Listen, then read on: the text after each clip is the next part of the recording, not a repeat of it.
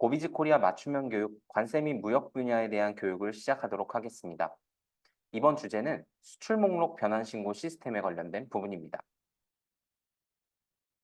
국제 간의 물품 매매 계약을 체결하는 데 있어서 수출, 수입이 필요합니다. 그 과정에서 수출국 그리고 수입국에 대한 통관 절차가 필요한데요. 통관이라고 하는 것은 세관을 통과하는 것을 말합니다. 화물의 국제 이동 간에 수출국에서 수출 통관, 수입국에서 수입 통관을 통해서 세관 당국의 심사를 받도록 규정을 하는 것이죠. 관세법상 가장 중요한 통관 제도는 사실 수입 통관 제도입니다. 우리나라 같은 경우에는 물품에 대한 수입 관세만을 부과하고 있고, 국내에서 물품이 소비 또는 사용되는 수입의 특성상 여러 가지 절차들을 추가적으로 두고 있는 것이죠. 그래서 수출 통관보다는 수입 통관이 까다롭다고 인식되는 경우가 많습니다. 수출 통관은 수출 신고가 필요한 여러 가지 서류, 대표적으로는 인보이스, 그리고 패킹 리스트를 통해서 여러 가지 신고를 하게 되는데요. 일단 HS 코드를 확인을 해서 수출에 관련된 요건이 있는지 여부를 확인합니다. 만약에 수출 요건이 존재하지 않는다면 그대로 수출 신고를 하게 되고요. 수출 신고가 이루어지는 과정은 일반적으로는 전자심사 그리고 자동 수리가 이루어지는 경우가 많습니다. 수출 신고 수리가 이루어지게 되면은 수출 신고 필증을 토대로 수출을 진행할 수가 있습니다. 일반적인 수출 통관의 시기는 적재 전, 우리나라에서 수출이 되기 전에 신고를 하는 것이 원칙입니다. 하지만 선상 수출 신고나 현지 수출, 어패류 신고 등 여러 가지 예외 사항들이 존재하고 전자선거에 관련된 부분에서는 잠정 가격 또는 잠정 수량 신고가 가능하도록 규정하고 있습니다. 수출 신고가 수리되면 30일 이내 운송수단에 적재를 하는 것이 원칙입니다. 다만 수리일로부터 1년의 범위 내에서 세관장의 승인을 받아 적재 기간을 연장하는 것도 가능합니다. 또한 수출 신고의 가격 기준은 FOB, 본선 인도 가격을 기준으로 하게 됩니다. 만약에 CIF나 엑스워크 조건과 같이 FOB 가격이 아닌 다른 가격으로 신고가 이루어져야 된다면 해외 운송 비용이나 보험 비용을 공제하거나 아니면 수출국 내륙 운송 비용을 가산하는 방법으로 FOB 신고 가격을 만들어줘야 합니다. 수출 통관의 종류는 크게 세 가지가 있는데요. 첫 번째로 일반 수출 신고가 있습니다. 이거 같은 경우에는 일반적인 B2B 수출 신고를 하는데 대부분 사용되는 수출 통관의 방법이라고 볼 수가 있습니다. 다만 소량, 소액, 다건의 전자상거래 수출 신고 같은 경우에는 목록 통관 또는 간이 수출 신고를 통해서 업무를 진행을 할 수가 있는데요. 대부분 많은 업체분들께서 목록 통관 절차를 통해서 수출 신고를 많이 하게 됩니다. 하지만 이것은 정식 수출 신고가 아니고 그렇기 때문에 관세사 등을 통해서 수출 신고가 이루어지지도 않으며 수출 실적 인정이나 부가세 영세율 적용 또는 반품에 의한 재수입 면세 적용을 통해서 업무를 진행을 하는 것이 까다롭게 되어 있습니다.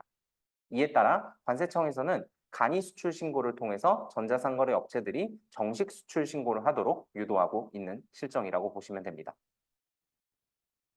수출 통관 사무 처리에 관한 고시를 살펴보면 전자상거래 물품에 대한 간이 수출 신고에 관련된 규정이 있습니다. 이 수출 신고 방법은 물품 가격이 200만 원, FOB 가격 기준으로 200만 원 이하의 물품에 대해서 적용이 되고 크게 세 가지의 수출 신고 방법이 있습니다. 그 중에서 제35조의 2, 1항, 2호에 관련된 내용을 보면은 수출 목록 변환 신고 시스템에 관련된 내용이 존재합니다. 이 수출 목록 변환 신고 시스템이라고 하는 것은 물품에 대한 판매 내역과 운송 관련된 정보를 끌고 와서 수출 신고를 하는 방법으로 전자상거래를 위해 만들어진 통관 제도이고 관련된 수출 신고 서식도 전자상거래에 맞게끔 설정이 되어 있는 환경이라고 보시면 될 것 같습니다.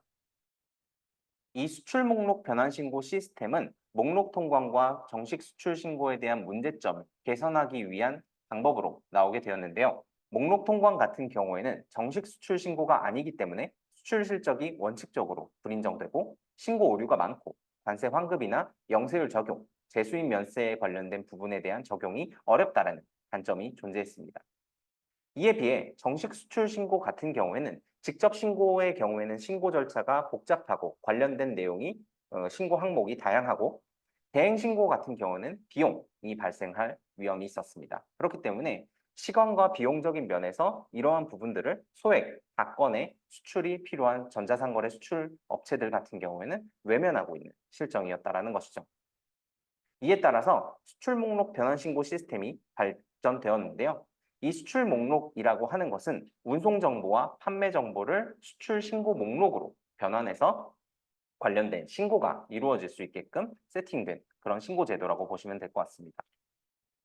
즉, 쇼핑몰에서 판매에 관련된 정보를 수취하고 운송사에서 배송과 관련된 정보를 수취해서 관세사가 신고를 하게 되면 그것이 정식 수출 통관으로 인정이 되게끔 만들어주는 제도라고 보실 수 있습니다. 수출 목록 변환 신고 시스템의 이점에 대해서 설명드리도록 하겠습니다.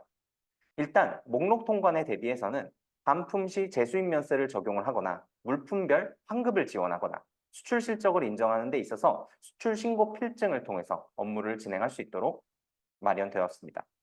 또한 정식 수출 신고 대비해서는 적하 목록의 제출 비용이 감소하고 신속 통관의 체계가 제공되고 수출 신고의 부담이 해소됨으로써 목록 통관으로 치중되어 있었던 전자상거래 수출 신고가 이 수출 목록 변환 신고 시스템을 통해서 업무 진행이 가능하도록 지원을 하고 있습니다.